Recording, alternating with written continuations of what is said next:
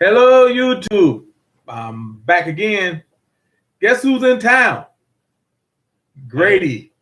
And I told you, as soon as I get Grady here, we can talk about some things. I'm gonna let Grady start off. He got some things he want to talk about from my last video. Oh, go ahead. Well, I just wanted to comment here. Let me see. Let me look at my notes real quick. Well, you know what? Now I got brain freeze. No, but yeah, we were gonna talk about some parallel universes and stuff like that. Because yesterday I posted a video, and like I said, I had to go have it re-examined by YouTube again because they had tagged it yellow because they said I had said some things in it that wasn't what they call it advertisable. But then I got the notification this morning about 8:30 say, oh, they did okay. It was okay. And so if some of you got the notice saying that my video just posted yesterday, this morning, that's because they had to review it again to make sure everything was okay. Yeah, so everything's okay. They did that with my dog video. I had a little dog walked dog in the yard. So it was only 1 minute 36 seconds, and they tagged it saying it was unacceptable for advertising. I say, what is it? That's a dog walking in the yard. And they ran ahead and they redid it. Well, social media is doing that a lot now. They're tagging a lot of videos now. For me, I'm on TikTok, and I know for a fact that TikTok, anytime you post anything that they don't understand or that they're not familiar with, or they're controlling the media, and they'll put stipulations on your videos or halted, or they call it shadow banding. So I think that's happening a lot across all social media. So that's just a sign of the times. All right, I just want to say hey to Anna Lee Brown. She's in the house. Annie Oakley, 77, is in the house. Annie Lee say, I hardly ever get notifies from you or Steve, but I got y'all notified yesterday and today. So yay. Yeah, you know what? Because I know what time Steve goes on. He goes on at like noon every day. So that's Corsair trainers, and I be there most of the time. You know what? Come to think of it, I don't get your notifications either. You gotta hit the button. You gotta hit the button.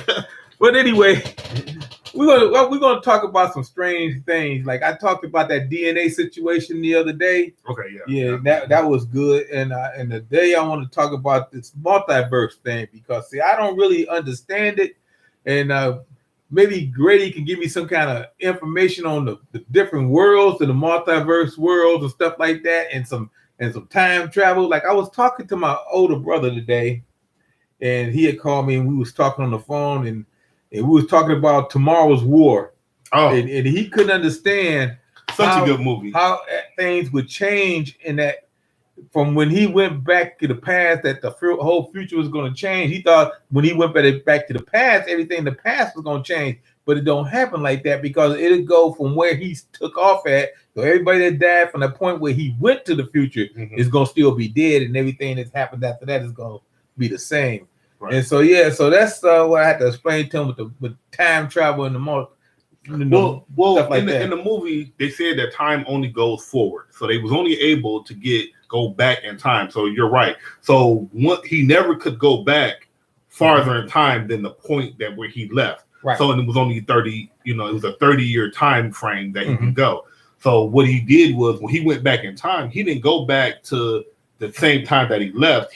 Time kept going, and he went back. They knew he was gone for a week, and that was it. That was his time limit. He could only come back that week because he was gone. So he couldn't come back.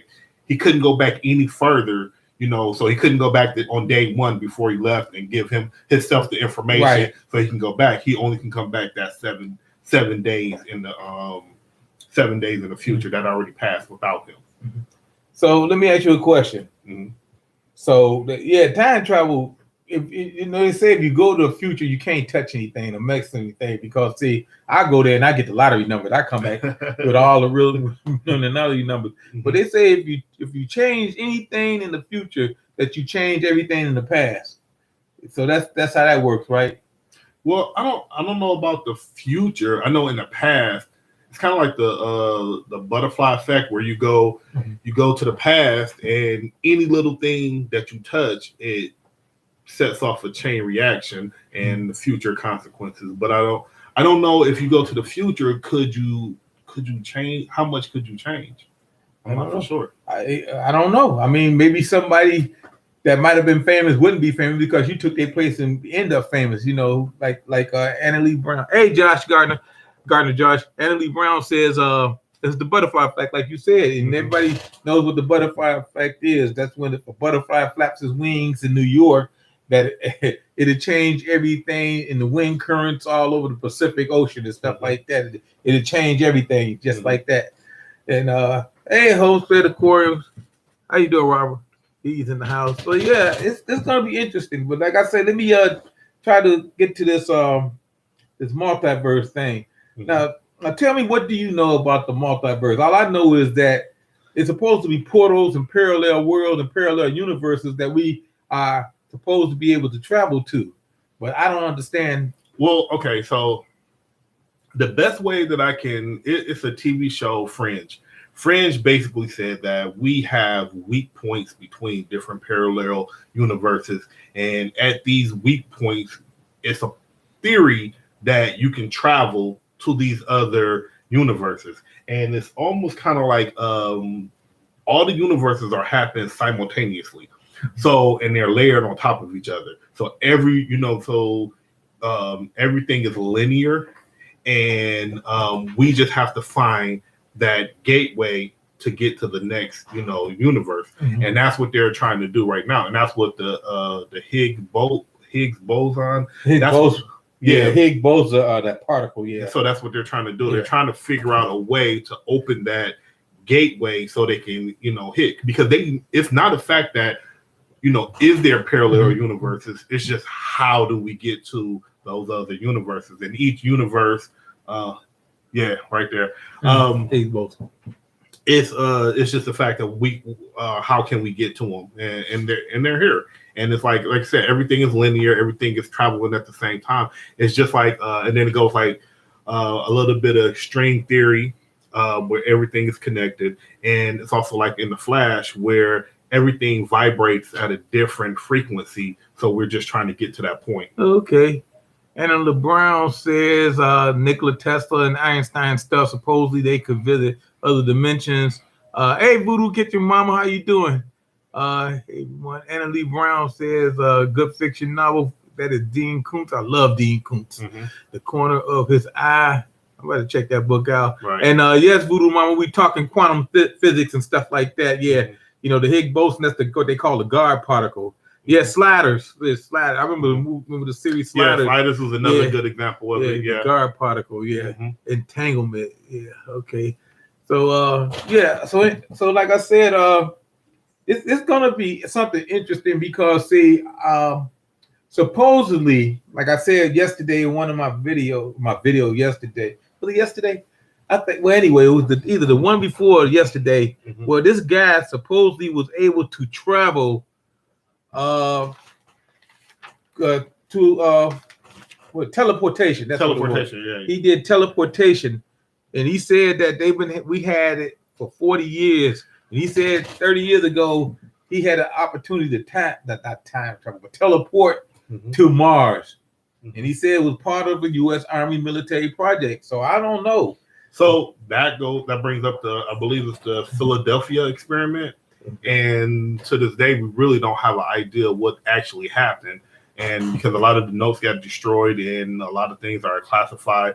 But that I believe that's where I'm not for sure if that's the same story or whatever. But I know that that's what happened in the story, that they had a submarine, had this machine on there, and the machine teleported, and it was, basically erased from history. And we don't now, and for a long time they even said that that this ship didn't, exist. And then people was like, no, I know my father was on that ship, and I know my uncle, and my grandfather, and my cousin, they was on the ship. And then they finally had to release a lot of documentation. The Philadelphia experiment. I remember watching the movie on it, and then I remember watching some documentaries on it where people were actually fused into the bulkheads and the body of the ship. People actually fused in with the ship because the ship disappeared for like they say like a minute and then it came back because they were trying to do some kind of cloaking experiment and then it went wrong and then everything and people for years suffered from different things from that experiment, because it wasn't right. Something went wrong. But that's why we're telling people sometimes we do things that we can just because we can, but we shouldn't. But that's what's going on here. And like I said, so this problem out here with this parallel universe, I don't even know if it's a problem, but we got to watch that because it could be like The Mist, the TV series The Mist and the movie The Mist. People don't understand what The Mist was all about. They were doing some kind of experiment, the military experiments up in the mountains in Maine or someplace, and all of a sudden they opened up a portal and these things and creatures started coming through the portal and they were just going killing people and stuff like that. And that's what I'm worried about. Yes, Anna Lee Brown, the Bermuda Triangle, that could be another portal. Yeah. See, a lot of things that we think is UFOs might not be UFOs, might be interdimensional travel. Okay, because see, it's anything is possible out here because like I say, I don't put anything past anybody because I do believe that there is parallel universes and multiple universes out there, but I just don't understand the physics behind it or the thing behind it. So that's why we have Grady here to explain this to me, And I think the issue is now I think that the government and a lot of people will say this kind of conversation is kind of crazy, but we're starting to see more and more evidence that, parallel universes really actually exist and just average people are happening upon it because you don't know. Like it was it's this one story, it's a Reddit story. And so you can take it with a grain of salt, but it was this guy who was driving down the road, average guy just saying, just going about his way. And he passed this lady and she's in an old 57 Chevy and she looked like she was out of place. He didn't know what was going on. So he said that he was going to stop and help her out. But by the time he got past her enough to stop and look back, she was gone. And it was just a time shift. So was this lady actually, out of time, out of place? He drove through a gate or something like that. We don't know. And it's a lot of stories like that that's happening to just average people. And we hear them talking and it's like, oh, that person's crazy or this and that. But, if you have somebody who tells the same story that's in Boston and then somebody in California tells a story, it's like, well, it got to be some logistics to it. It got to be something there because everybody's having the same type of story and experience. And we're now going to the internet and we're finding each other and we're saying, hey, this has happened to me. This happened to me. And there's a lot of stories out there that just, regular science can't explain it because it's the science that we don't know yet. It hasn't really been discovered. Wow. Okay, Voodoo Get Your Mama says, have I ever been to Metallic Man's site? No, I haven't, but I will go check him out. And Prepared Veterans, this is in the house. Let's see, and I seen somebody say that it could be demonic, that we could be opening up a portal into the gates of hell, and we could be, it could be demonic. You're right, we could be touching hell because we don't know. Okay. And Gun Coast to Coast, welcome. He's in the house. He said most people can't comprehend. And the Prepared Veteran says it's interdimensional travel aspect and looking more favorable. It can solve a lot of distant problems. You're right. If we could teleport like that. Gun Coast to Coast says CIA once released the white paper stating that we all may be in a holographic universe. Okay, we'll let you take it back over. Okay. Or let me see, what was my thought? Oh, okay. So opening up these doors, and we say that it's the gates to hell, but what if it's just another universe where they didn't evolve? You know what I'm saying? Like maybe it's we're going back to a prehistoric time that we're dealing with Neanderthals and stuff like that, or dinosaurs or whatever like that. Maybe it's just not it. Maybe it's not hell. I don't want to say lizard people, but maybe they in the parallel universe they could be the main species on Earth. You never know. On their Earth. On their universe. Like I said, I think DC Comics really, and I know it's comic books, but it gives you a more comprehensible type environment or explanation for parallel travel. Like every Earth that you're on it's another point in time where that man didn't evolve, or the asteroid didn't happen, or we're at the dawn of creation of our planet or whatever like that. So maybe it's really not hell. Maybe it's maybe it's just a different point in time in Earth. Maybe it's not even different parallels. Maybe we're just traveling back in time. Who knows? Back to our time and stuff like that. Some people say that a lot of this stuff that we see out here, a lot of these lights and stuff in the sky, they're not space travelers, but they're dimensional travelers from our futures coming back to our past to visit and stuff like that. I mean, maybe they don't have ice cream up there. I don't even know. But I'm just saying they could be. It could be, but I'm not sure. Let's see. Gun Coast to Coast says some of the studies around Howard Sachs SP are also interesting with people describing a crystal city. I don't know about that, but I do remember seeing that people say if they do quantum travel, that they do see a crystal city, and when they do quantum travel. I mean, I don't know what they mean by that because I don't do quantum travel. I'm just saying that I heard about quantum travel. Matter of fact, what I hear this from, I tell you about that later. I said this. Anna Lee Brown say, "I'm a crazy biblical fact. I am a crazy biblical flat earther." Flat Earth theory. I don't know about that. And he opened a Lucifer telescope. That site in Arizona is supposed to be a portal. I don't know about that site. They got a Lucifer telescope. I heard of it, but I don't know much about it. I don't know about that one. I gotta check that out. See, I find a lot of good information that I need to check out and then pass it on. It's a Bigfoot being from another dimension is even more frightening than normal Bigfoot.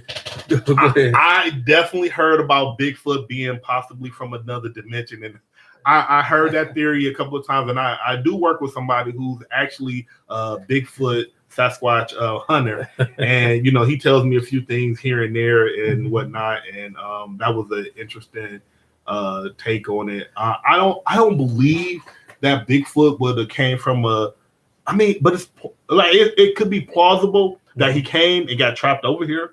Could be. It could be. But they can't find him. That's like I say. A lot of this stuff is that theory and conjecture. Yeah. And we got to use our imagination sometimes, and we can figure stuff out. Hey, Dave Collier Camping, how you doing?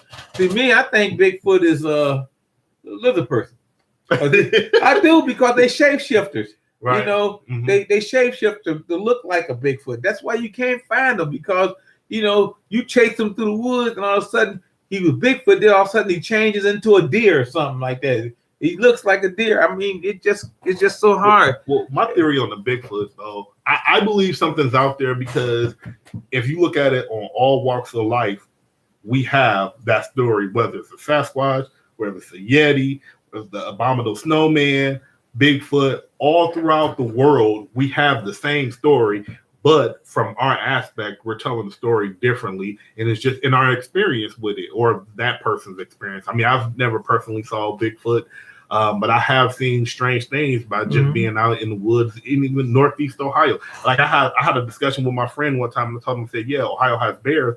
And like, Ohio doesn't have bears, and I said, "I'm telling you, Ohio has bears." Bears. We got black bear, and they said, "Well, they've never seen one." And then right after our conversation, maybe 2 days later, a black bear and her cubs was it a shark or something like that? Walked right downtown. They got trapped and stuff they be in Willoughby all the time, right downtown Willoughby. So, where we go to the movie theater. So just because you don't see it and you're not, common to see it, doesn't mean that it's not out there. It could just be well hidden, and maybe they don't want to hang out with you. Okay. Prepared veteran says demons, gods are probably interdimensional. That's a good thought, because I always wondered sometimes, are they coming from another plane? Like I got a question. When we die, we know our bodies don't go anywhere, but our consciousness probably travels or go wherever it's supposed to go, because that is what's going to heaven. But where is heaven exactly? We always say that heaven is in the sky above, and hell is below the ground. So what is it like? When people say that they die, they see a light, and that's like a portal. Is it like something like in Quantum Leap, where you see this light and then you go through and you enter into another dimension and your consciousness be placed in something else, So I don't know. See, I'm just throwing it out there. I mean, because some people say that sometimes when they die, they go and there's nothing but darkness, But who knows? Because I've never been dead. Well, maybe I have. I'm not sure. Well, you never know. Well, you never know. You have that young boy who he said he was reincarnated. He was a fighter pilot. I don't know if I told you this last time. Oh, I heard that one. And he knew everything. He knew everything. He knew where the plane went down at. He actually led the expedition to say where he died, and the family of the fighter pilot took all of the information from the little boy and went right there, gathered up the bones, and found the wreckage, and was able to put the bones to rest. And it all came from a little boy. But then, as soon as he found his bones and they laid him to rest, the little boy didn't have any more memories of his past lives. So it's something to it. And I mean, I don't know what, but it got to be something with your soul. Wow. Let's say Gun Coast to Coast say a black bear came through Cincinnati 3 years ago. Yeah, Cincinnati get bears too. Yeah. Let's see. Hey, Keto Homestead with Jess, how you doing? At doctors, but want to pop in and say hello. Hit that button for you. Thank you, Keto. She's from Ohio too. Okay. She's a Buckeye. Let's see. Gun Coast to Coast, he's Ohio too. He's down by Cincinnati. Okay, Prepared Veteran say Bob Lazar indicated that our soul is recycled when we die. And that's an interesting theory. Are we actually being recycled? Because see, sometimes some people say that they died, they come back reincarnated. Some people say that you don't come back at all, you just stay in the land of milk and honey. And some people say you just stay in the 7 realms of hell for your eternity into Judgment Day. So which is it? How do we know which people come back to be recycled and reincarnated, and how do we know which people stay and don't come back? I mean, we may need a theological person here because I don't know this stuff. I just saying that sometimes you get questions like that, and they ask you, because like I told you before, I'm a Christian. I believe in God, but I also believe in science, and so some things, you just can't answer. You got to go by faith. And that's what I do a lot of times. Mm-hmm. And I say, Gardner Josh said, Earth is the below. So Earth is hell. I wouldn't doubt that because sometimes I think, man, this must be hell out here. And then sometimes I say, why do somebody else from another place think this is heaven? Because a lot of people that come to this country, they done had it worse, especially in the third world countries. And they come to America and they say, wow, this is heaven. But sometimes we've been here so long that things be happening and we think it's hell. Yeah. So that's just a whole different thing, though. I don't want to get too far off on that, but I'm just saying that we don't know.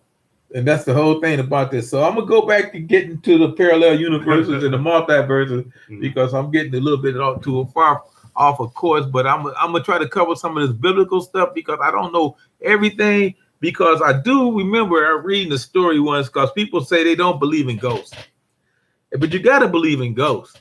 Because I said it before, if you believe in heaven, you believe in hell, you believe in aliens, you believe in Bigfoot, you believe in everything, but you're going to tell me you don't believe in ghosts. But the ghost is another entity, another spirit, another part of the norm, what they call the natural realm. Right. Because, see, even in the Bible, I think it was Saul who went to get Samuel because Saul was about to go fight. Mm-hmm. Him and his son, they were about to go fight. And Samuel had already told him that I'm going to be around when you go fight. And so they went to these magicians or whatever, and they had brought Samuel back from the dead, his spirit anyway. And Saul asked Samuel, what's going to happen? And Samuel said, you and your son be dead by morning. Mm-hmm.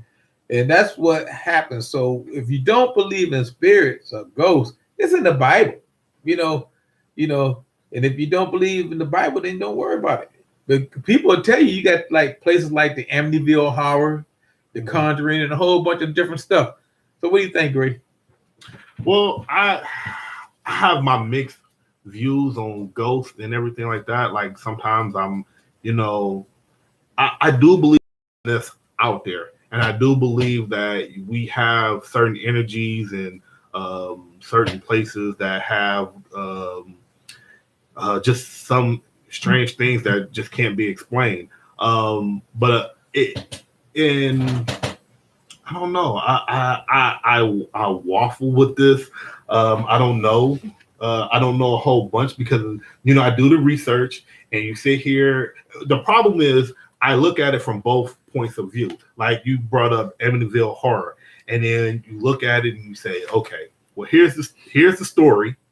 And I get the gist of the story, but then you say, okay, now if I have to think about it like an average, regular human being that doesn't know anything about ghosts, I say, okay, well, this guy, he planned everything and he was just trying to get out of going to jail, when he went to court. So I don't know what I believe, but I know that it's some sinister things that happen. And I know that like it has to be something at play, even with what was the second story to The Conjuring when he was over in England? That story was just so where the girl, she was possessed by, a ghost they thought was a ghost, and then it turned out to be a demon. And, and it was some things that, they explained. And it was like so many people experienced some phenomena inside of that house, and to where they was like, okay, where they experienced something. Like what did they experience? I mean, I don't know. And like one thing I told my kids, even in this very house right here, I remember when y'all first moved in. I mean, I'm young. I'm probably around I was maybe 10, I think it was. We've been here 32 years. So I was around 10 or whatever like that. And so one of the things when I used to do when I stayed over, I used to stay up and I watch movies and everything like that. Uncle Ray always had the good movies and whatnot. And so I remember, I watched the movies, and so I went to bed and I was asleep. And when I went to bed, I noticed that somebody had came in my room. And I remember distinctly, like I'm watching this person in my room and they were talking to me, and I remember what they said. And I remember getting up the next morning. I asked everybody in the house, I said, did you come in the room last night? I said it was around 2-3 o'clock or whatever like that. Everybody said no. And so to this day, I remember that so vividly that it, like it was something. I don't know what it was. I don't know what experience. Might have been Mr. Davis, the former owner of this house. He moved out to Twinsburg. My house was built in 1912. So a very old house. This used to be the Jewish Gold Coast out here. And this house is like I say, it's a big house, basement, attic, 4 bedrooms, 2 baths. It was a big house. But anyway, right in this house, sound like people walking around and footsteps. Not to say that it's ghosts, because I haven't seen them, don't want to see them. They like we Beetlejuice. You stay up in your attic and I'm okay. Right. So I'm just saying, but I believe in ghosts, and like I said, it's all through the Bible, books of the Bible. But I mean, you just don't want to deal with them if you're scared of them. But I'm not scared of those ghosts. So, and I mean, let's see, I never had any like an out of body experience where people say that they actually floated around and seen what was going on and stuff like that. So I just wondered about that, and it just was interesting. So anyway, let me read some of the chat here. Prevail Veteran said this is a prison planet. It could be a prison planet. The big question is what ghosts and aliens are a crossover from another dimension. I do believe. Oh yeah, that could be a possibility. That ghosts are. And they phase. The reason why they phase is because they're not quite in sync with us, but they're in sync long enough to make some type of contact, and so they're here. That's plausible. Like I could crossover, huh? Yeah, it could be. It could be they trying to reach out and touch us, and aliens. They could have got here and dimensional travel, and then now they just can't get past. They can't get out of it. They trapped into like a You know, but a lot of stuff could have happened with the aliens. Like I said, I know more about aliens than I know anything else because, like I say, aliens. You know, the whole alien thing could have happened by mistake. Maybe they got trapped in a wormhole and got shot all the way across the galaxy to here. You know, and now they stuck here. And so since you know, like if you like Robinson Crusoe, you know, you make it your home, and that's what they did. And we didn't take kindly to what they were doing. And it's a Getta, welcome. How you doing? Red October, how you doing? I don't want to miss anybody. Getta say if we are living in a crater, evidenced by the ice wall perimeter, as some believe, then the theory that we are living on the dark side of the moon may have some steam to it. What's say spam? Yeah, I'm not for sure. No, I don't know what it is. You know anybody from there? No. See, that's what I'm saying. We talking about too much stuff. Okay, Aaron October saying my favorite grandpa channel. Hello, you too. Yeah, but you know what? You might be right because when I talk about the moon is not natural. It's that what's supposed to be here. They brought the moon here just for the specific purpose of preserving life on this planet. Because without the moon, everything on this planet wouldn't be what it is. No. I mean, nothing would have evolved like it did, you know. And I think they brought the moon after they killed off all the dinosaurs, you know. And then they started all over again. Like I once said, this whole thing is a big petri dish. That's where we at. We're in a big petri dish. And then we got stuff that's going on all the time. That's why I'm saying a lot of things that could be happening could be being experimented from different multiverses. Maybe they saying, well, I'm going to lab number E. The E is for Earth. And they open up a door from another multiverse to come here to do whatever they're going to do their experiment, to kidnap people or whatever. See, because I got to be careful what I'm saying, you know, because they would tag my channel and I'm gone. But anyway, but I'm just saying, I mean, when you start sitting down thinking and realizing what's going on, that a lot of things happen out here that we can't explain. You see what I'm saying? We can't explain. This goes back to the time of Gilgamesh. You know, back in the time, way back when, you know, when they first started the time, and we had gods and was it ancient gods, Thor and demigods, and demigods, and the Greek had gods too. That the Greek gods also this Zeus. Yeah, Zeus was Greek or was he Roman? He was Greek. He was Greek. Okay. So like I'm saying, back in the days, we had them people here. And who was there? Where was Mount Olympus? Maybe it was a portal. And you like the Garden of Eden, maybe it was a portal that Adam and Eve was on another place, another planet. Maybe that's why we cannot find where it was at, because we don't have rivers and stuff to match up. Maybe that they transferred when they got kicked out from that planet to this planet. Maybe we so far behind that we think we technologically advanced, but we so far behind that we are basically ants. Yeah, you know, we just ants to these people. And that's, I'm just saying, I'm just throwing it out there because I don't really know. Like Annalie Brown say, Bible literally says that the earth is God's footstool. So the globe idea that you can be on the bottom of the ball, and when you point it up, it's really silly to me. I'm trying to keep up with these messages. Hold on. It said Voodoo Kitchen Mama says, does Grady have a channel? Grady, you have what, Facebook and TikTok? I do not have an official channel. We're working on that right now. With me and my friend, we're not official yet, but hopefully before the end of the summer. Okay. So if I missed your comments, it's because I'm trying to keep up, but it's hard to keep up. Yeah, trying to get most of them in. Let's see. Let's see. I released. We did that one. So I went backwards. But up here. It's touch screen here.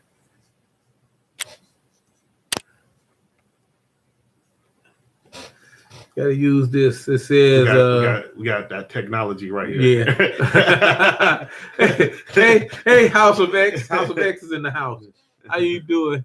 It says it's exactly the moon that we see is not something that be landed on. It was already established in the 60s that the moon is some kind of holographic plasmic illusion.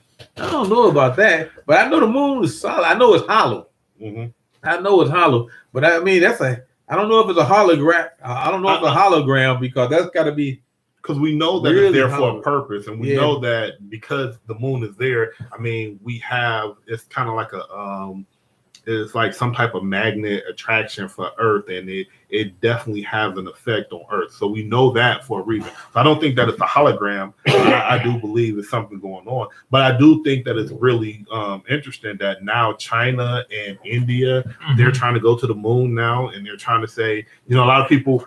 Our scientists, NASA, saying, "Well, there's nothing on the moon. We shouldn't even concern ourselves with it." And so nobody even decided to go there. It's in the moon. That's what I'm saying. So now, people worried that China wants to go to the moon now, because they're on Mars already. They got a rover on there too. Mm-hmm. Hey, Sapphire, Diamonds, and Pearl, how you doing? Hey, Granny Marino, how you doing? Hey, Unpaved Explorer, how you doing? Let's see. So, like I said, this Geta says many have filmed glitches for photographing the moon. Now, see, like my moon theory is this: the moon is real. I don't think it's 90 million miles away. It ain't that far, is it? No, is it? I mean, because we could get to the moon like in a couple hours. Yeah, we get. So we don't travel that fast. So I think it's not 90 million miles away. I think it's pretty far, but it's not 90 million miles. What I'm thinking is this: it's something inside the moon. I think it could be a Stargate. I mean, I think every time they open up that Stargate in the moon, because the moon have effect on our water, that it causes a problem in the Bermuda Triangle and in these other triangles. We got like 3 or 4 triangles. They got a triangle in Alaska too, that people disappear and all that stuff. But the one we concerned with is the Bermuda Triangle because it affects the water and strange atmospheric stuff happen and people disappear. And I think every time that something happened inside that moon, because the moon is hollow, I don't know what's inside. Now I'm just saying it's hollow. It's never been proved that it's hollow because I've never been to the moon. But I'm just saying that I do believe, that's my belief, that something is going on inside that moon that is affecting whatever goes on this earth. And I think that it could be a portal. It could be a portal to another planet.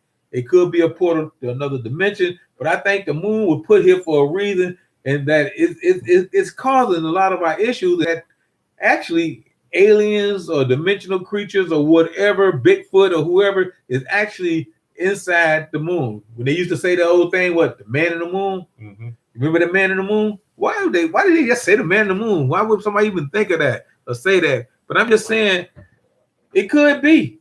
I mean, because we don't really know.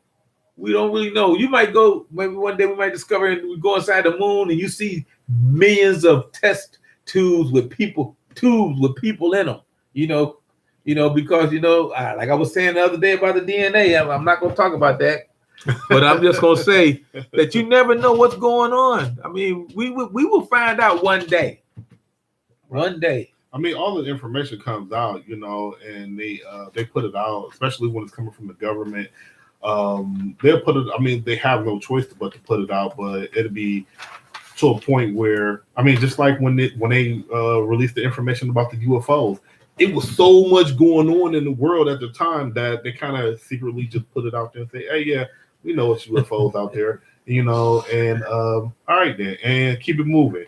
And in the whole world, nobody reacted to it, and it took about 2-3 weeks, and then the rest of the world started, paying more attention. Like, hold on, did the government just say there's UFOs? And so it took a little while. It was the story for 2 or 3 days, and then they pushed it to the side. And you would think that, let this been the 1950s and they said, hey, yeah, we got UFOs. It'd have been mass hysteria. It would have been people doing all types of crazy stuff. And it's just that the government puts it out at a time where they knew that it wouldn't get a lot of traction, and unfortunately it happens like that. And they know how to control us because as a group of people, we are so simple to control. And it doesn't take much, like a few conversations, they craft good stories and, the masses will believe it. And the people who don't believe it, then you know what they say? that guy right there, he's crazy. And then the rest of us say, yeah, he is crazy. And we gullible. See, I don't mind being the crazy old man. I thrive on it. When we had a crazy old man in my neighborhood, we just didn't mess with him. Yeah. So yeah. I see. Somebody was talking about the Van Allen radiation belt. Mm-hmm. Yeah, you're right, because strange things happening with that too. See, but you know what? They always talk about this one planet. What was it, Nabru? Yeah. And that we used to have a 10th planet here. Mm-hmm. But see, I always say that the 10th planet was blown up, Yeah, they said it was got the astro belt. Somewhere between Jupiter. It was somewhere around there, and it was the 10th planet in that area, and they didn't know. But I know they was looking for the planet, and they found two more. There was 2 more moons in Jupiter, so they're looking for that planet. Yeah, but I don't know if it's coming back, because if it does, it's going to cause a whole lot of havoc out here. As a matter of fact, if another planet do come within Earth's gravity, kiss our butt goodbye, because it's going to rip the planet apart. Yeah, it will rip the planet apart. That's the bottom line to all of that. Hey, Sandra. Hey, Sandra J. Adventures. How you doing? Yeah. So go ahead. I'm sorry. Oh no, I'm just saying that you'll be surprised that, like, if you actually got a good telescope and to know that there's a lot of rogue planets, not in our galaxy, but it will be not in our solar system, but in our galaxy. There's a lot of rogue planet that's not tied to a moon. I mean, that's tied to our sun. Like, we're tied to the sun, and that keeps us in check. Mm-hmm. And just to even think about how our solar system works, is that we are traveling around the sun as the sun travels around our galaxy, and everything is moving at a crazy amount of speed. And it's just crazy to figure out how fast we're going. We're moving constantly in several different circles at one time. Right, because the galaxy is expanding. Everybody knows that that because of what they call the Big Bang theory, that everything is moving outwards. Not to say that we are the center of the galaxy, that it started here, but we part of whatever moving outward. That our galaxy is also moving outward with all the other galaxies in there. And like I said, all this UFO stuff started, like Grady was mentioning, that it would cause mass hysteria.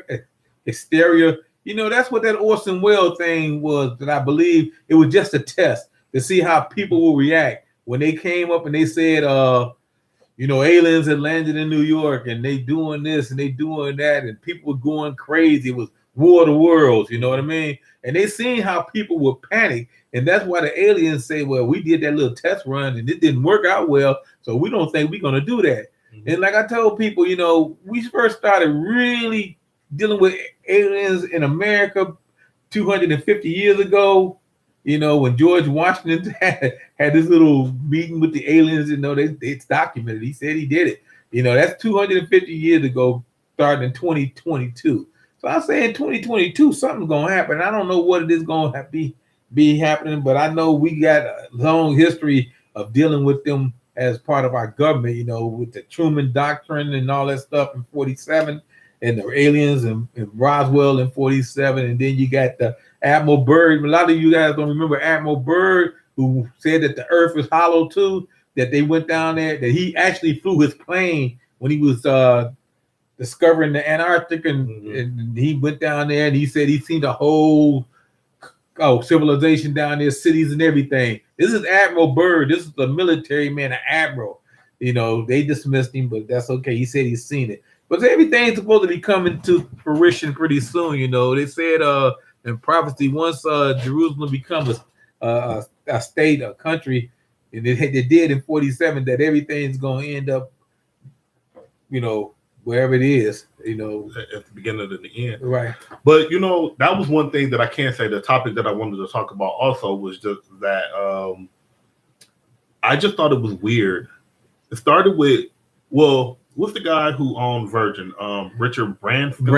Branson, yeah. Okay, so remember, before everything got, real crazy, he was trying to go out in space, and he was trying to get, you know, tourism out into space, and he had been on it. Then it died down a little bit, and then so we was like, okay, we left it alone. And that was probably like 10 years ago. I think that was like in 2010 when he was trying to go out in space the first time.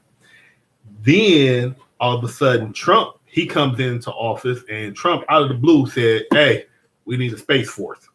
So Trump started getting the space force, and he went full steam ahead. We getting the space force. We getting, you know, Marines or whatever like that, space Marines or whatnot. Marines. He was making sure that all of this stuff happened.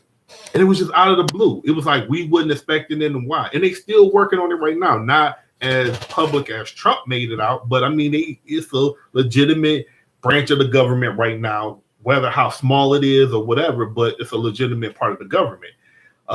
So then after we had that, and Trump hasn't been in office for a little while, now we had Elon Musk. He launched a whole bunch of satellites, he launched a car out into space, and we was like, okay, well, why is he doing that? Now Elon Musk, and it's even prophecy saying that somebody named Elon Musk was going to land on Mars and colonize Mars and terraform it to where. So here you go, you know, 40 years into it was actually like, you know, like 60 or 70 years into the future after, I forget what story it was. I can't remember offhand, but I know I read it.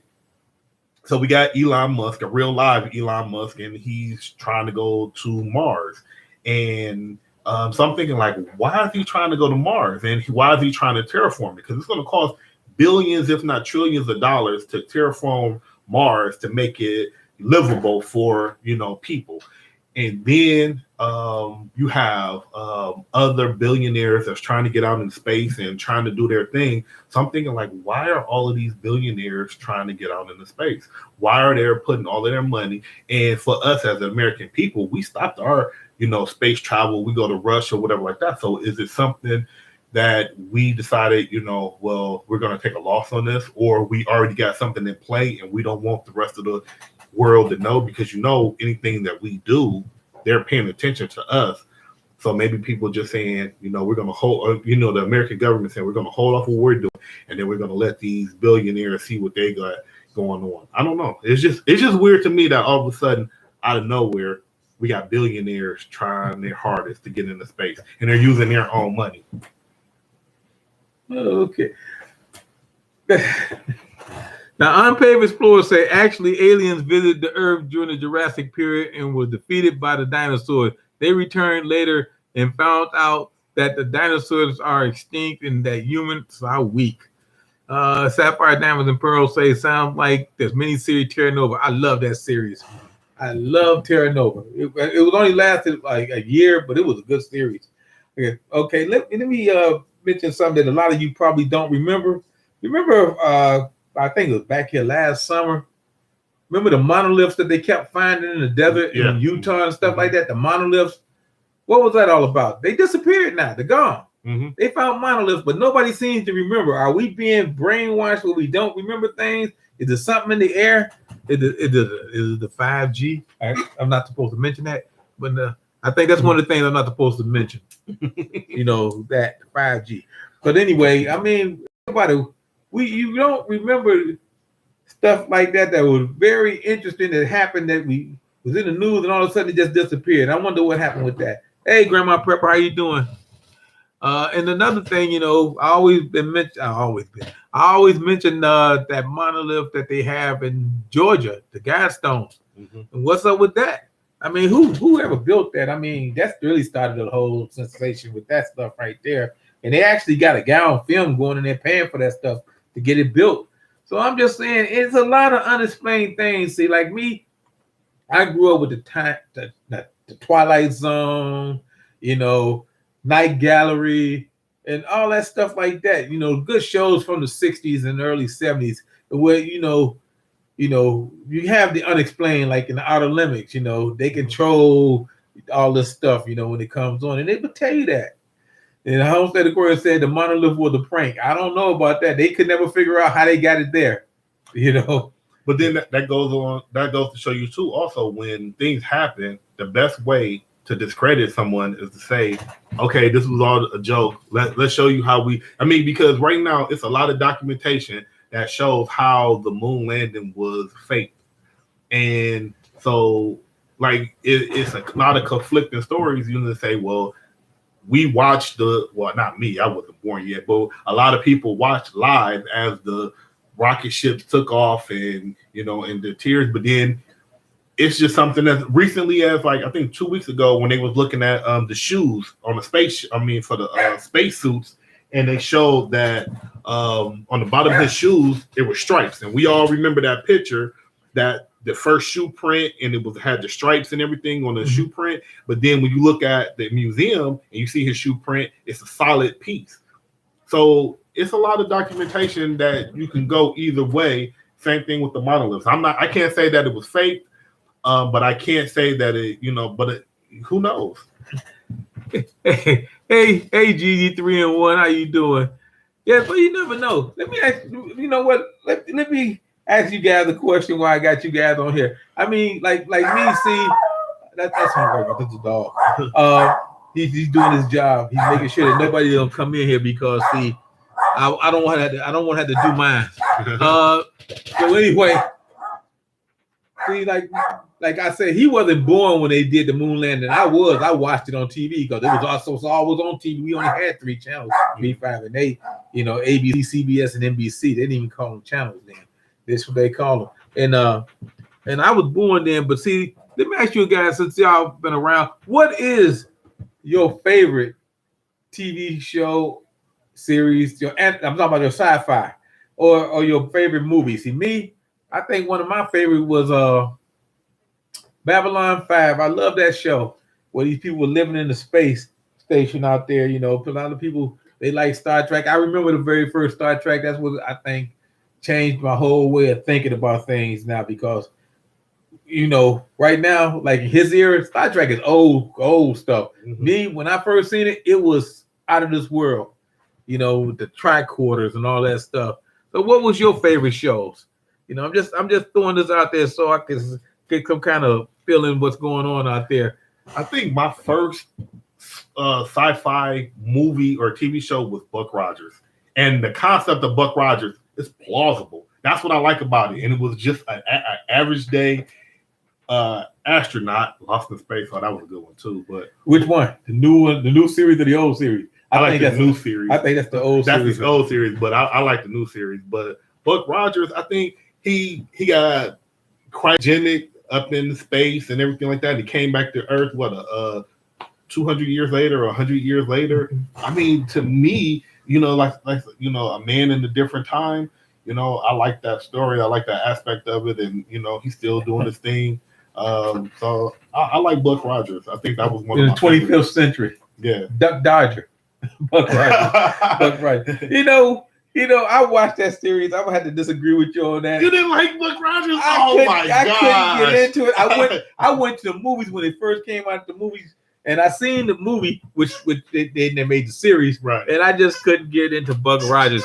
Maybe it was the guy, because I remember Flash Gordon. Right. We used to have a Flash Gordon series that was out way back when, and he was dealing with the clay people. That's a whole other story. A lot of people don't even remember Flash Gordon. I remember the Flash Gordon from the 80s movie. No, this is Flash Gordon that was in black and white. Right. Yeah.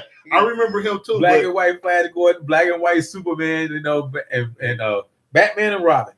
Right. Yeah, but that's a whole other story. Mm-hmm. Yeah, I can't like what about Hawk? Like Hawk was his arch enemy, then he became his friend and everything like that. And that was just like Hawk was so cool and everything like that. He was a Birdman. He had the bird afro, and he wore all black and everything like that. And he had the Hawk bird afro. Hawk was all right. I mean, like I said, I just couldn't get into Buck Rogers. I was going through a whole lot of things back in them days, Yeah, I was a kid then, and you were I was a young adult. Yeah, I was out there just okay. Well, anyway, Wilma in the tight suit. Yeah, I know. Yeah, but like I say, somebody said Battlestar Galactica was awesome too. Buck Rogers was awesome too. Yeah. Battlestar Galactica, which one? They had like 3 series. They had the last one that was out The one that was the first one, and then they had Battlestar Galactica 1980. Yeah, when they was in the city and when everything they was like that, they was on Earth. They, little motorcycle. Now that story right there, that was a pretty good story. I mean, they finally got here and did it, but that only lasted a season. They had, like I said, I watched a lot of sci-fi stuff. You know, I love the sci-fi. Like Damn the Pro say, Outer Limits. Man, that was a good one. I love the Outer Limits.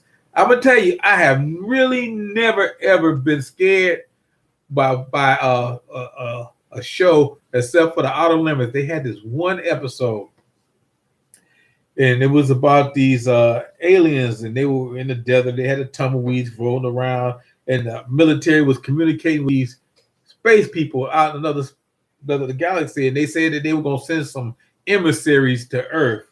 Okay, now this is not to serve man.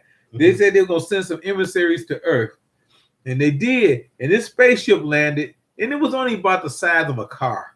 It was a small spaceship, and these soldiers went out there, and the door opened, and these bearded spider people. They had human heads with beards and spider legs, and they opened up that door. They came out, and they jumped on this guy's face. I jumped up. I was like maybe 7 or 8 years old, and I jumped up and ran out the room screaming because the spiders would get me. Is that the reason why the original thing where it was the head and the legs came out? Yeah, that's where they got that from. Right. That's where they got that from. I love the thing, man. I love those special effects.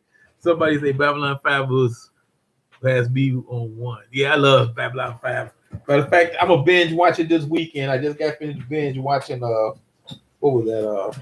Boardwalk Enterprise, because HBO Plus got them on there. So yeah, but like I said, it's a lot of things. See, when you're young, your mind gets set with all this stuff. See, now the generation, I don't know what they watching now as far as horror series. I know they got a lot of ghost series out there. You know, like I know some people that grew up watching the Supernaturals, which is not sci-fi, but it could be because I think, magic. If you're a magician like a David Copperfield or something like that, and you end up in like King Arthur's court, like they say, you could be considered a god because of the things you do, like Merlin and stuff like that. So was Merlin really a magician, or was he just using futuristic technology? Well, they say Merlin was a time traveler. They say he was living backwards. Yeah. You say like Benjamin Button. He said he was living backwards, so he really knew everything was going to happen in the future because he already been there. That's what they say what Merlin was. So I don't really know because I never heard that theory, but that's what they say. They say Merlin lived in the future and he was time traveling back to the past. That's how he was living backwards. Yeah. Now I remember watching series, but I cannot tell. There's a lot of living people. Yeah, that's what I'm saying. They came home. I remember the very first V movie. Ooh, that was something else. And then V the series when that lady took that mouse. Not this mouse. Yeah. But he took that regular mouse and I do remember that. This mouse going on. I was like, oh my God, this is gonna be great. I remember that was on for us Channel 43, and it was played. It was a mini series every night. Yeah, they showed the episode of V the series. Yeah, Robert Englund. Yeah, Robert Englund was Freddy Krueger was in there. Yeah, there was a lot of stars in there. The got to start with that show. Yeah, so like I said, there's a lot of great science fiction movies out there. I mean, series and movies and stuff like that. Like most people when they talk about movies, they talk about sci-fi. They talk about Star Treks, all the Star Treks, the Babylon 5s, Battlestar Galacticas, Voyagers, but they got a lot of those and stuff like that. But there's other series out there too. Would you consider Star Wars a good science fiction? Star Wars movies, yes. But technically, Star Wars don't have nothing to do with Earth, though. Don't have to do with Earth, but it could be in the parallel universe. Oh, yeah. You know what I'm saying? Yeah. Because see, everything is not the same. Like Sliders or Fringe. All that happens in a parallel universe. So I'm just saying, you never know, because if you look at the last Captain America movie, what was it? Gang, but they did the quantum travel through time and stuff like that. Remember, Gamora was dead, but the other one was still alive. Right. And then you had You had a Thanos that was supposed to be dead, but he was alive, and all that. See what I'm saying? It was time travel. That was space. Okay, what's your best time travel movie? Movie or series? Or either one. Oh, I love it. I love the classic. I'm gonna have to say Time Machine. Time Machine. Yeah. I love Time Machine. Well, I love the original. The second one was okay. We just hit the 1 hour mark. We talk about another 15, 20 minutes, maybe half hour. We'll see how it goes. Mm-hmm. Let's see. Let me read some of the comments. You let me know what yours was. X-Files. I love the X-Files. Yeah, X-Files. Okay, guys, coming up with some great sci-fi. Mm-hmm. Sci-fi. Star Wars is my favorite. I love Star Wars too. Mm-hmm. Hutch Homestead, Urban Grandpa. Okay. Under the Dome. Under the Dome. Under the Dome. I was watching that. I didn't get a chance to finish it, but I was watching it. It was good. Yeah. Yeah. Yeah. So like I said, it's a lot of things. See, everything out there ain't gonna end up being zombies. Okay. Mm-hmm. But I mean, a lot of people want to have zombies. I don't understand that zombie thing because see, we ain't got enough ammo to kill all the zombies out here. Nah. At least I don't have enough ammo. I mean, it's gonna be millions of zombies. Mm-hmm. You got to have millions of rounds. I don't have millions of rounds. I don't think. You know what? I'm gonna tell you like this. What was that movie? Zombieland. Cardio. They gonna have their way with us in America. We got a lot of fat people. Okay. All right. Oh, Jericho was good. Yeah. Jericho was good. Yeah. That's how. If we got to have a apocalypse or something like that, Jericho would be a way to go. At least they had a little town and everything was set up. And you don't want it to be like The Walking Dead, that's for sure. Yeah. Nah. Or what's that movie? I can't think of it now, but they had it out there. It'll come to me later. Yeah. Let's see. Rule number 1: cardio. Yeah.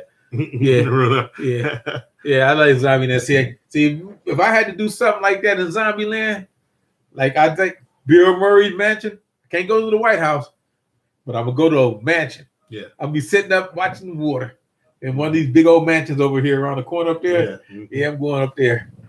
Yeah. I see with the X-Files, this is my thing about the X-Files. I think the X-Files was too close to home. Too close to the truth. I think that really, like right now, we are starting to uncover the actual X-Files for our government, and it's kind of scary. Yeah, but they don't really, they're still not giving us nothing. They're throwing us out scraps. Yeah. Because this is UFO file. You know how I feel about that UFO file that they released? Mm-hmm. Yeah, I don't even call it a file. They didn't release anything. I mean, we got millions of thousands, millions of UFO sightings and stuff like that. And they're going to only do 144 sightings. And then only going to pick out a few of those to actually say that it might be something. I mean, you got millions, hundreds of thousands all over the world to choose from, but you just gonna say, "Well, we're just gonna pick these 144." It's a way to control us. They can't control me, right? But the average person is saying, "Hey, well, we'll give them this because this is plausible, so we can please some of the people, and then they can get off our back." I mean, that's the notion that they do because everything is always structured, and you everything that you do from a government point of view is to control. And we always try, not we, but I say that we. But it's about control, and that's how they're structured. The government always has a solution for every CIM, and that's every critical incident management. And it's a book, and the government has it, and they say, okay, they got a playbook. It's a playbook, and it goes down a list of everything, how you respond to everything. And then for these, let's say for instance, it's 20 things. And then everything is a variation of these 20 things. So, whether it's a flood, whether it's a, natural disaster, whether it's a fire, whether it's, political uprising, whether it's whatever, they have a playbook and they say, and then everything else is just, That's because they got top men working on it. Top man, and I'm telling you that I know for a fact that it's a playbook. It's the playbook for for all of these things. I don't, not without you disclosing too much. Do y'all have a playbook? Yes, we have a. That's where I'm coming. All right, we're gonna leave it at that. CIM. We're gonna leave it at that. But we know where we get to that playbook information from. You disclosing too much. The phone's gonna start ringing, and somebody's gonna start knocking at my door. As a matter of fact, I was in charge of the playbook at one point in time, and I was like, oh my god. Sapphire, Diamonds, and Pearls. You say, did you watch Cowboys and Aliens? I did watch it, and I think that fact is better than the fiction in that case, because I think that if you really read some of the stories that came out of the Southwest about aliens, it's way better than the movie. Right, they got that mountain out there, that mountain that was in the movie Third Kind. Mm-hmm. You know, they say alien ships always landed on the top of that mountain. Mm-hmm. The Indians, was it the Hopi Indians or somebody out there? Mm-hmm. They have history with these aliens. Right. They would tell you that they came down. A lot of their symbols are from these ancient aliens on the wall or whatever like that. So yeah, I do believe that in this case, fact is way better than fiction. And so if you want to just read, I mean, like they found the little guy and they buried him. You know, he crash landed to Earth and they didn't know what he was, and they was like, okay, so you know, it was at a time where nothing should have been up in the sky, like no airplanes. You said the little guy? It was a little alien, and they buried him. And what they got from Fantasy Island was it? the aliens, the aliens. No, I'm just kidding. They buried him. Yeah, they buried him. I think it was somewhere in Texas, and you know, and then on that same land, that guy had that well that they buried the spacecraft, and they threw it down in the well, and it started contaminating everybody. Right, I remember that. Yeah, mm-hmm. They poisoned the well. They say the body's still down there. Mm-hmm. Prayer Veteran says the accounts of people encountering partially visible creatures just like the predators. Predators, that's a very good one out there. And Homestead Aquarius, Robert says zombies, Cylons, or Klingons, ghosts, Chucky or Jason, mist creatures, Bigfoot, you better be able to run. Yeah. If they want to get you, they will get you. Mm-hmm. Grandma said, I Am Legend. Remember that one? Oh yeah. They're making an I Am Legend too, I believe.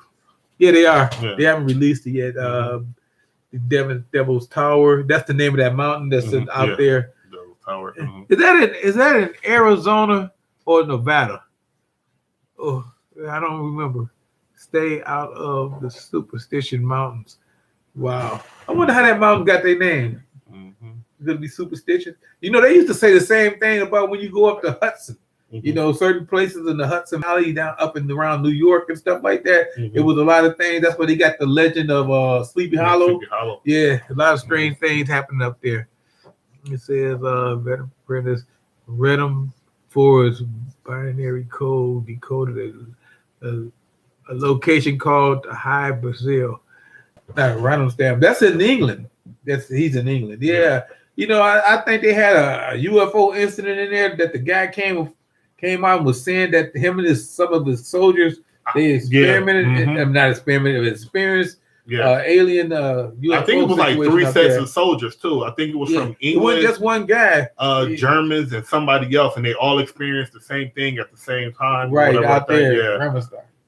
And that's in England. Yes. So anyway, I don't want to be cynical, but all of this could happen. You know, I don't want nobody to be scared. He says in Wyoming. Okay. I said I don't want anybody to be scared. I don't want anybody to say, "Hey, Grandpa, he's out there preaching doom and gloom. He's out there telling us that the aliens gonna get us. Bigfoot gonna rip off my face, and I'm gonna get eaten by a zombie." No, I'm just saying that things is out there. You know, I mean, it could be anywhere from demons to devil to the unknown alien species out there to lizard people. See, that's one thing about it. See, I told you. That's one thing about it. With evidence, it's evidence for all of this stuff. You know what I mean? It's evidence for all of this stuff that's out here. And we, being who we are, we always got questions. You know, like I'm gonna tell everybody that's watching now, question everything. They always question everything because you never know. Because I believe that Hollywood sometimes have some kind of mental link to what's going on. You know, maybe they might be controlled because some of this stuff they come up with Hollywood is so close to being reality that it just, you know, it just blow your mind. Have you ever thought about this though? That Hollywood comes up with stuff and it lessens our awareness to things. So like we experience it on a big screen, and then so when it starts happening in real life, we're like, okay, we're desensitized. So we're like, oh, okay, well that's not a big deal. But had we not seen it in the movie, you know, we'd have been scared. Like, say for instance, like the zombies. So we done experienced so many years of zombie movies and everything. Now we got these drugs that people taking, so like this K2, the synthetic marijuana and everything like that. So these people are taking that now, and they're basically, you know, they're walking, living dead. And so bath salt. Yeah, bath salt. They so eat your face off. Eating your face. They got ungodly strength and everything like that. And so Hollywood already prepared us. So now we're like, okay, so we deal with something like this. Yeah. You know how to deal with the scenario. You know what I'm saying? Like that, where the one guy, he got shot by the police 9 times and he was still, you know, coming toward him. That was in Florida. And they didn't know what to do. You know what I'm saying? They get whacked out on drugs. Let me tell you this little incident that happened when I was working. I was carrying mail. And this happened up on Mount Pleasant area of Kinston. This guy, his name Nick, he used to work with us. I'm not going to say any name. This happened during the time when we had the 9/11 stuff. So he was of an Arab descent, and he was delivering mail up there. And this guy, he was high on whatever. I think it was wet. And what's that? What is wet? Is embalming fluid mixed with something. And he was high on wet, and he started calling him names and messing with him. And so when he was ignoring him, the guy came over there and put him in the chokehold. They got to fighting, and the guy beat him to a pulp. The guy beat the mailman to a pulp, but the mailman bit his finger off. You know, put his finger in his mouth and he bit his finger off. When the paramedics came and they hit the mailman to take him to the hospital, they opened his mouth and there was his finger, and that's how the police was able to track down this guy because of his finger. He had a criminal record. But if that wasn't for that finger, they would have never got this guy. But I'm just saying, this guy was high. He didn't even know his finger was bit off. And he just attacked the mailman because he was high. You know, mine wasn't working right. And that's what you got to deal with if you're in the city. If everything go SHTF, you're going to have people out there. The only way they're going to make it through a day is being high like that. And they're going to be using multiple hallucination drugs. I'm laughing because my dog over here, he wants to play. Right. He's sitting over here wagging the tail. He wants to play. Had a toy in his mouth. Let's see. Home to the question say, now we know if any zombie light shows up, double tap immediately. No wonder what is wrong with Fred. I'm glad you got that, Homestead, because that's what I was implying. I didn't want to come out and say that. I mean, but that was, you know, now we know what to do, you know. Know, double tap for sure. Double tap. Because, you know, I mean, that's what I learned from zombie movies. Double tap. Double tap. Yeah, it teaches you something. Yeah, but sometimes, you know, I wonder if you know, these guys have some kind of connection to another dimension. Like I once seen a Superman cartoon. It might have been a Justice League cartoon or something like that. And these people, they end up going to another multiverse, but in that multiverse, all the superheroes that got killed, but those superheroes that got killed was in a comic book. They used to read these comic books, and they were real when they went to this another dimension. Is that how we are? Are we in a comic book or a Matrix game or a video game in another dimension that none of us are real? Have you ever thought about that? We might not be real, but that don't mean for you to go out there and jump off a building and say, "Hey, I'm not real." I'm just saying. Well, that goes back to the simulation, and I think that, you know, so we touched on this on the last video when I was here, but I believe more and more I've seen it a lot more in social media, and especially like on TikTok, to say whether or not we're in a matrix. And they was like, you Rick and Morty. Oh, I didn't wear my shirt. I wanted to wear my Rick and Morty shirt. But Rick and Morty, they had an episode where Morty, he goes into the simulation, right? And he goes and he lives 40 years as this guy. 40 years as this guy, and he experienced all the highs and lows and everything like that. And he takes the VR, goggles off, and he's like, "Oh my God, what was that?" And it had messed him up because he was so immersed in this lifestyle that it felt like he actually lived, and it was only like so many minutes or whatever like that. So could this all be a simulation? Could this be like The Sims? Could we all just be going through the motions of somebody? This could be, we could be a side like Ready Player One or something like that. Yeah, we're a side plot to somebody else's movie or something like that. Who's the real star of the show? Yeah, like I say, anything can happen. I mean, maybe that's the way they want it. What's that thing? They Live, when we had these glasses and stuff on like that. Man, see, that's what I'm saying. This could be anything.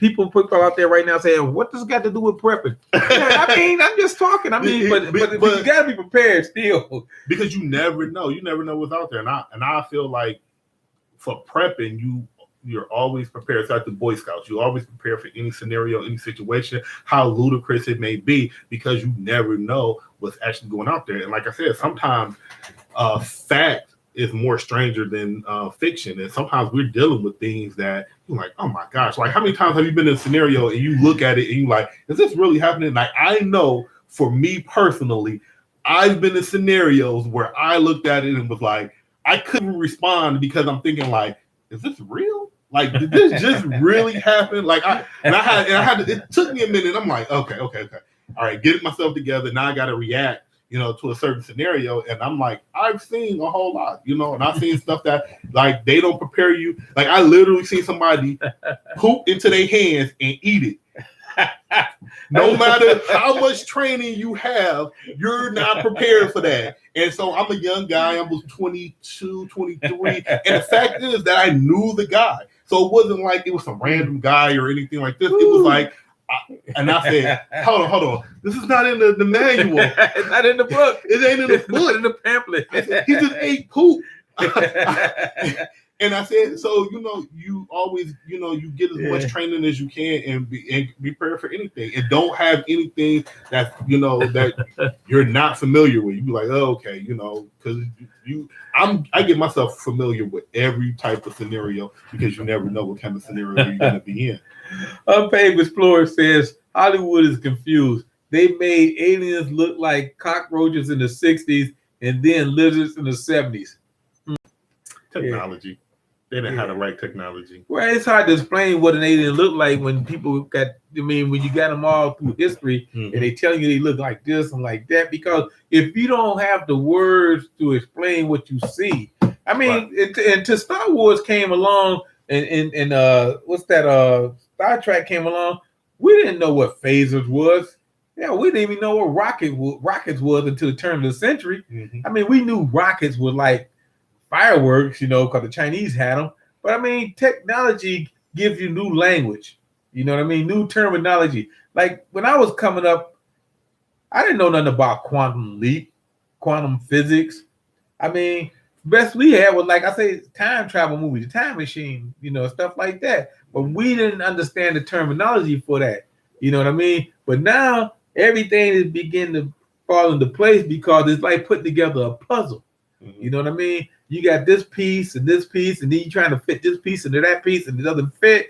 But then again, you get this piece right there. You say, oh, wow, that fits perfectly. And now you're beginning to get a terminology, a language, and stuff to explain what's going on. Before all of this happened, we had Newton, and then we had, what's his name, Tesla, and then we had, what's his name, Einstein, and we had their terminology, but really we didn't understand it. But now, because we do have the internet, and because we do have this AI, which, like, how I feel about AI, because they got these AIs out here that's becoming autonomous, and I'm scared of it. Well, I'm not too much scared me, but I'm not scared of it. I'm frightened that it's going to cause a problem. But anyway, as I was saying, we didn't have the terminology, and a lot of stuff that was said before, trying to describe aliens and describe ghosts and describe angels and demons and all this stuff, we didn't have a terminology for it. You know what I mean? We really didn't have a terminology for it. If you think about it, most of the terminology was created by the people who were making it. So prior to that, they didn't. Like, we go back to Benjamin Franklin. He coined the term battery. Like, so before that, we had batteries or types of batteries. We just didn't call it a battery. And you use other words to describe what it was. And so we go back to a time where, okay, so we didn't have a ghost, or we talking about an angel.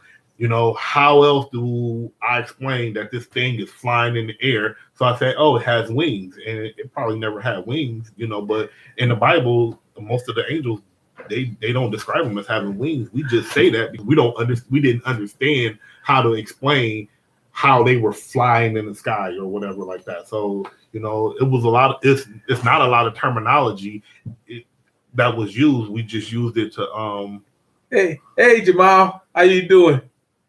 That's my Jamal. Homestead Aquarius says, ooh, we can't be friends anymore. If I knew that guy, that's the guy that ate the poop. Yeah. It's like the emoji. Yeah. And Jamal said they have a title for all of this. It's the occult. Yeah. It could be. Yeah. I mean, let's face it. Like I said about the lizard people, it goes all the way back to the Bible. You know, it has snakes and lizards in the Bible. You go back to the Chinese people, you know, they had dragons and stuff like that. I mean, you know, actually crocodiles are considered dinosaurs because they was back millions of years ago living with the dinosaurs.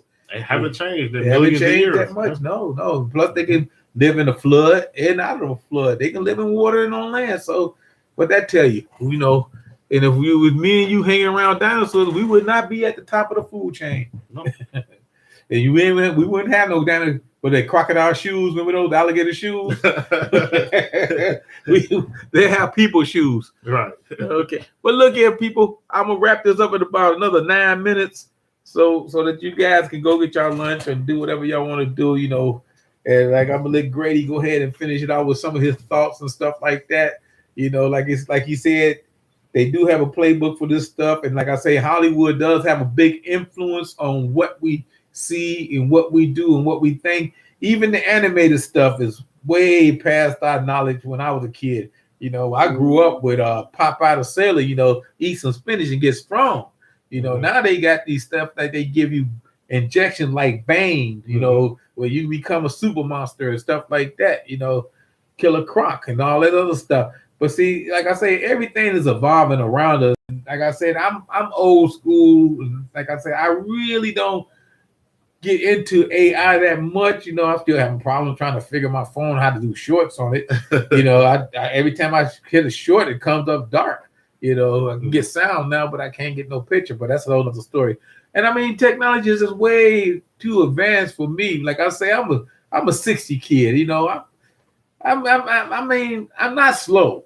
I just don't understand some of the stuff that happens. I got to understand something I do before I do it. You know, it's just like gun training with me. I got to understand what I do before I pull the trigger. You know, so, you know, I don't want to just go ahead and do it because I can. Like I said before, I just want to do it because I can. I want to know why I'm doing it. You see, it's just like that. Go ahead. And I think that for right now is that we advance so fast that we don't have an explanation of why we are here. I mean, because I think something that you mentioned in your last video from yesterday is that scientists are like kids, and they really just do stuff just to see if I can do it. And they don't sit here and think about why they shouldn't be doing it. They just go back and say, oh, I can do it. And, you know, so, you know, you touched on that where they're cloning. Well, they've been cloning people. Right now, where they're at is more so cloning.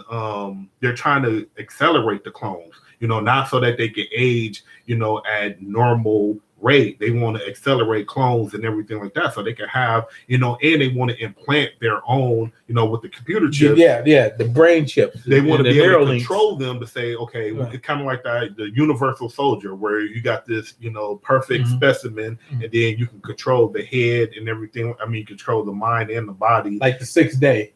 Yeah, where you die, and they got a clone for waiting to take your place. Right. And they implanted with your knowledge, stuff like that. And so I think that, and I want to say, like, I believe that Hollywood is giving us this information, but they're giving it to us little by little, so that way when the technology does meet up with the with Hollywood, then we're not blown away by it. We're like, oh, okay, well, they've been doing it, because we are simple.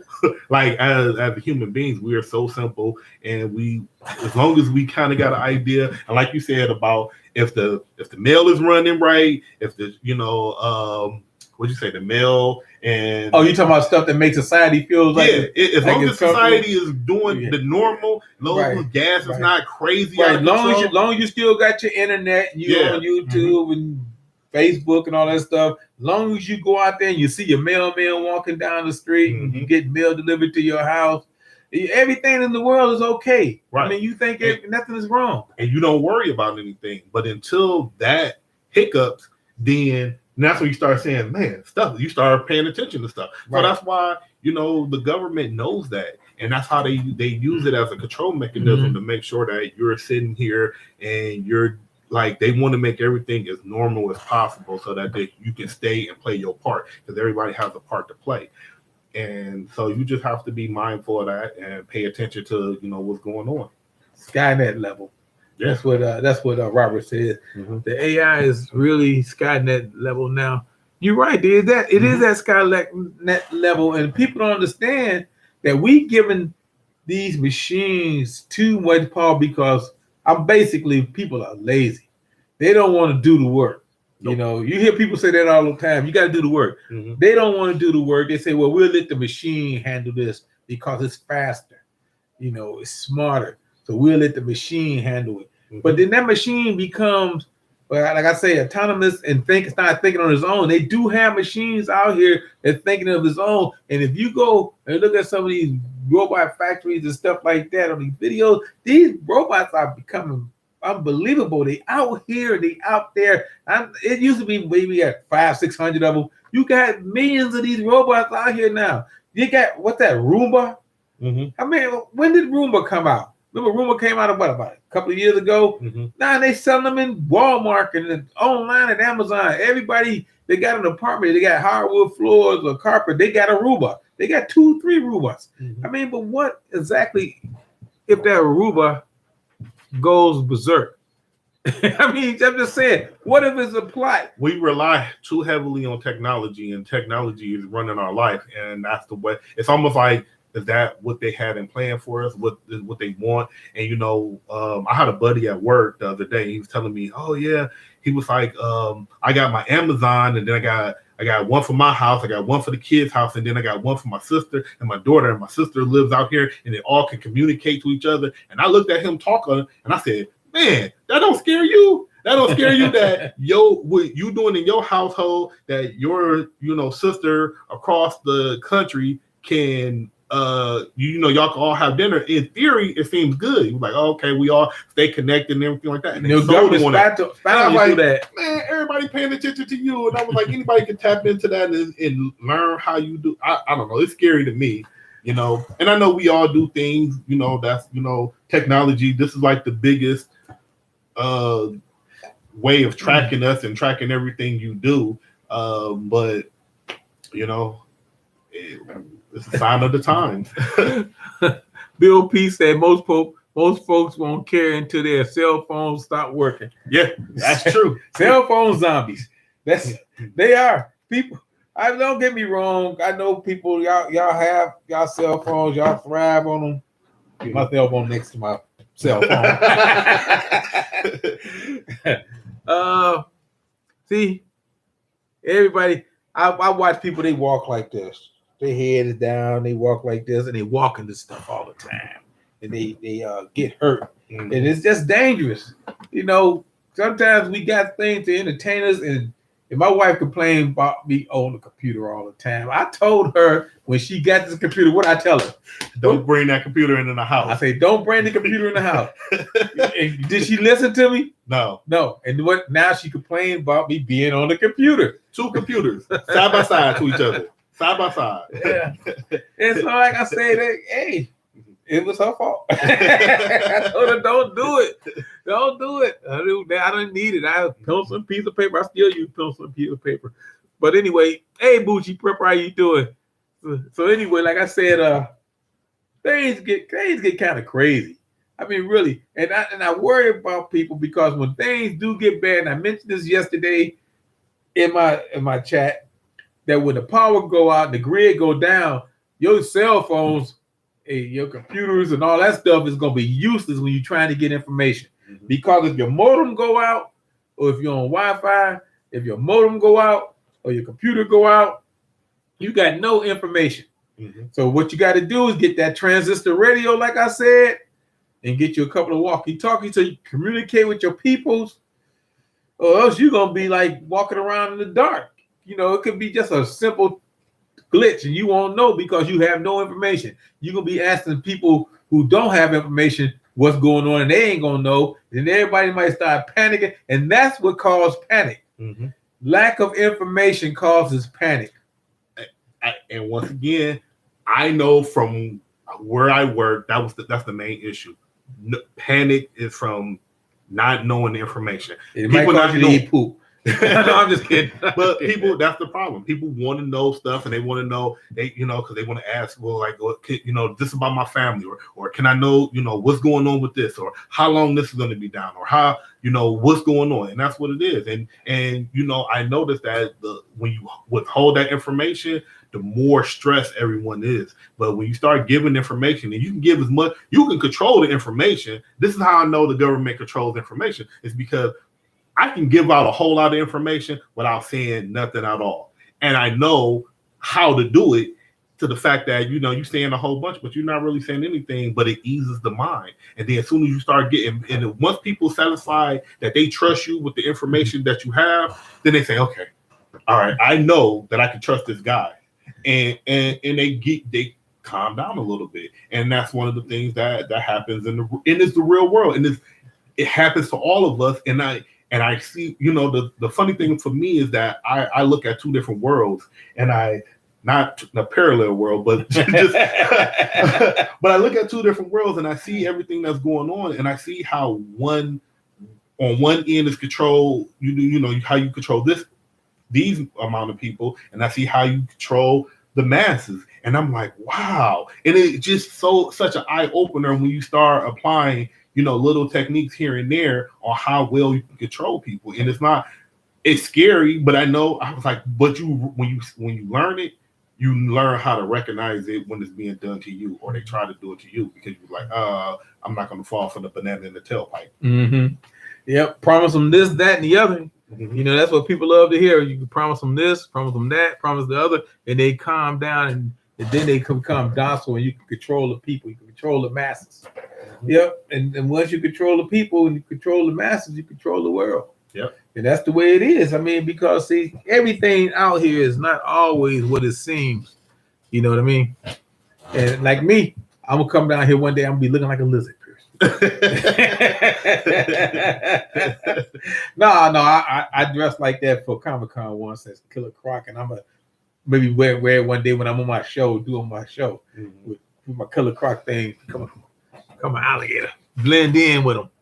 So like I say, yeah, I really didn't want to talk that much. I wanted Grady to elaborate on some things because, like I say, he knows more about like I'm gonna say the deep space theories and stuff like that. The Big Bang theories and the new quantum theories, the multiverses, and the alternate universes and all that stuff. So yeah, I'm just getting to get into it because, like I say, I spent most of my life dealing with ghosts, and first it was ghosts, then it was aliens. Mm-hmm. I figured out about ghosts. So with me anyway, I figured out the ghosts.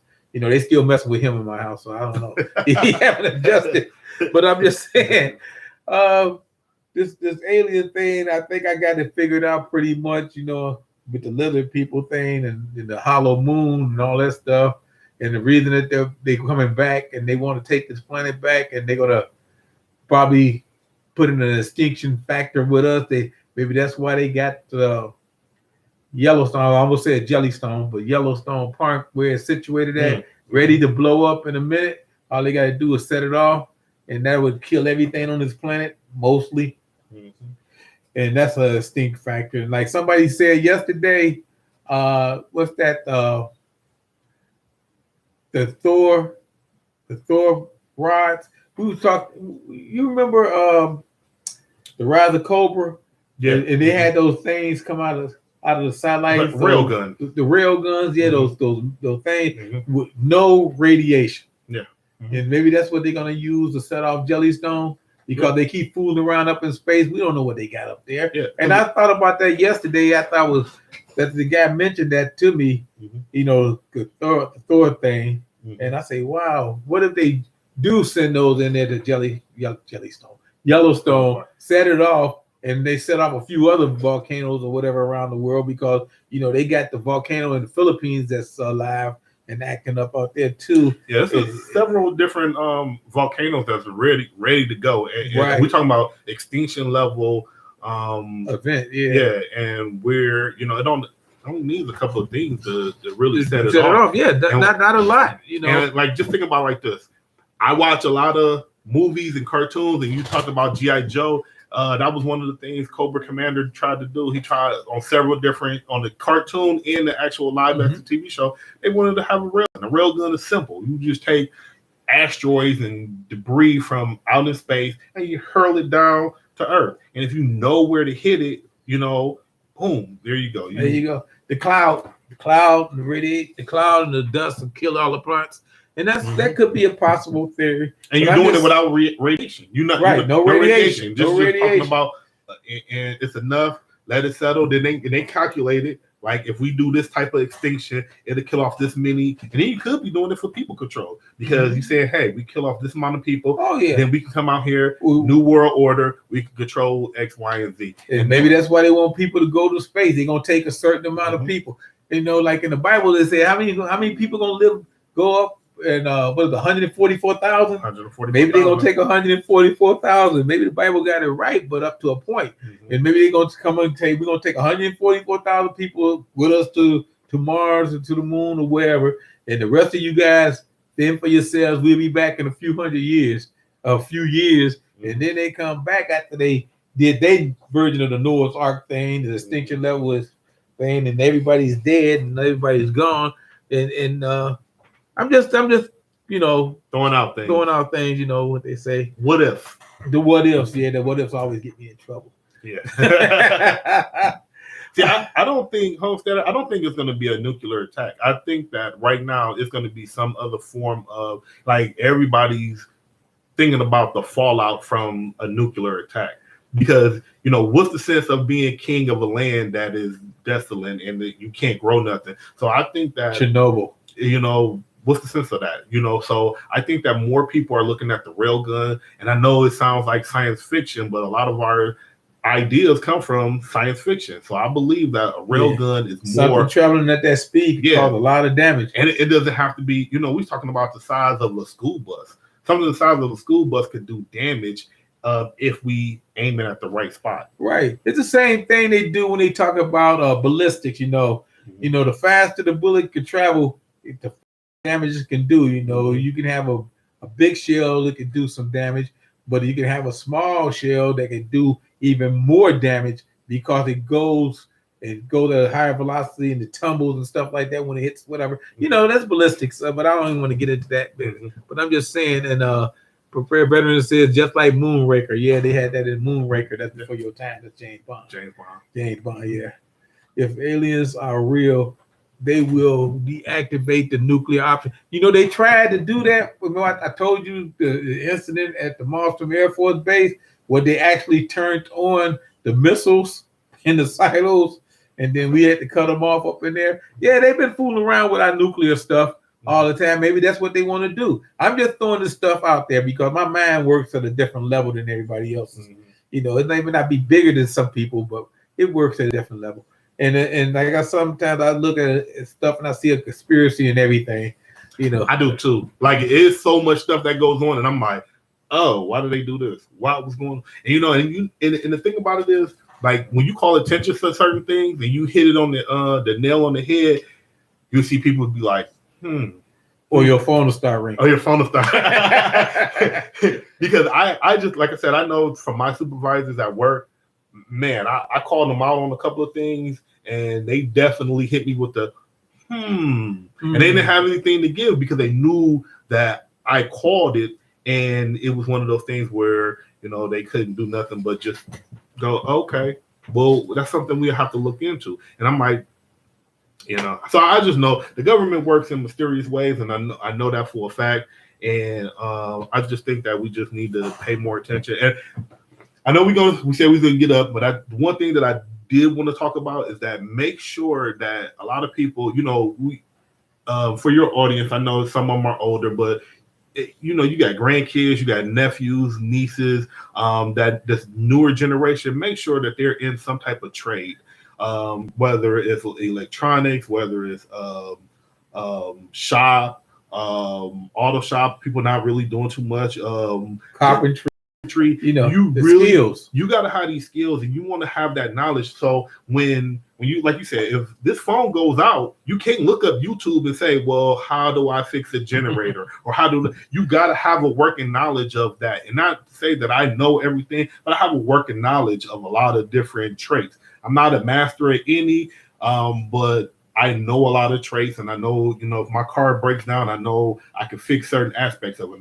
And at least know what's wrong with it. Yeah, at least I know what's wrong with it. Sometimes I can fix it. I remember my water pump went out on my truck, and so I was out there fixing it and everything like that. And I feel like I'm an old man now. But I had an older gentleman. He walked past me and he said, "What you doing?" I said, "Well, I'm replacing my water pump and my I said my water pump and something else. I forget what else was wrong." And then put your gaskets on there. Yeah, my gaskets and my and so, you know, all the everything that goes, the hose and everything that I replaced all of that. And he said, you know, a lot of young people don't know how to do that. And I said, what, do this? I was like, this was, you know, something simple. Now I said I wasn't perfect at it, and it took me a little while. Like somebody else could have probably did it in an hour or two. It took me like a whole day, but I got it up and running. And he said, yeah, he said that's a lost art form of, you know, young people, talking about me, fixing in their cars, you know, especially replacing the water pump. And I said, well, you know, I had to get it done, and I knew it was cheaper to do it that way. And so I just think that we got to look at it like they took a lot of these things out of the school systems. Like we don't do auto shop no more. We don't do wood shop anymore. People don't even know how to change a tire. They don't know how to change tires. And it's so I try to teach my kids how to do these things, and I know they don't like to learn how to do it. And, you know, I got mostly girls. And so, and they're small girls, you know, but I tell them, I said, look, you got to learn how to do this, because I said, sometimes you ain't gonna have a man to be around doing this. I said, so you got to learn how to do it, even for, you know, you being a small woman. I said, you got to learn how to change your tire or whatever like that. And so these are things that I try to get my kids on. And my kid, you know, I got 2 older daughters and I got, you know, the 2 younger ones.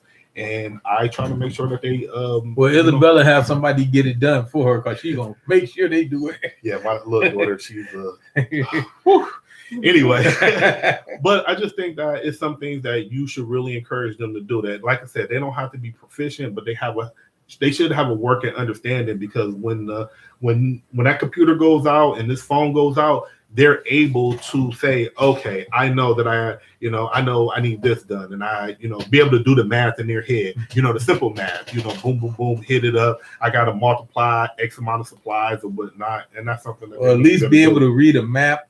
Yeah, or know where the stars at, or know which way is east and west and which is north and south. Because you'd be surprised how many people just get lost. Okay, okay. I hope my girlfriend, she's not listening to this, but my girlfriend lives in Northeast Ohio like we do. I said, where? I said, you know where North is at, right? She said, no. And I said, what do you mean you don't know where North is at? Like in Northeast Ohio, we always know that North is to the lake. The lake. So like wherever the lake is at, that's North. So so then it's West and it's East. I said, it's simple as that. Like if you know what direction North is, where the lake is at, you should know your East and your West and your South. Because here in Northeast Ohio, if the lake is north, then on your right side is going to be east, and on your left side is going to be west. And that's so simple up here. You can't get lost up here. Right. That's what I told her. But people get lost all the time. Man, and she always gets, she doesn't get lost. So, and I hope she's not listening to it because she's gonna be mad at me for saying this. But you know, she doesn't like that. But I think that there's a lot of people that don't realize that, and that's something I got learned when I was in first grade. And I'm so much older than her, but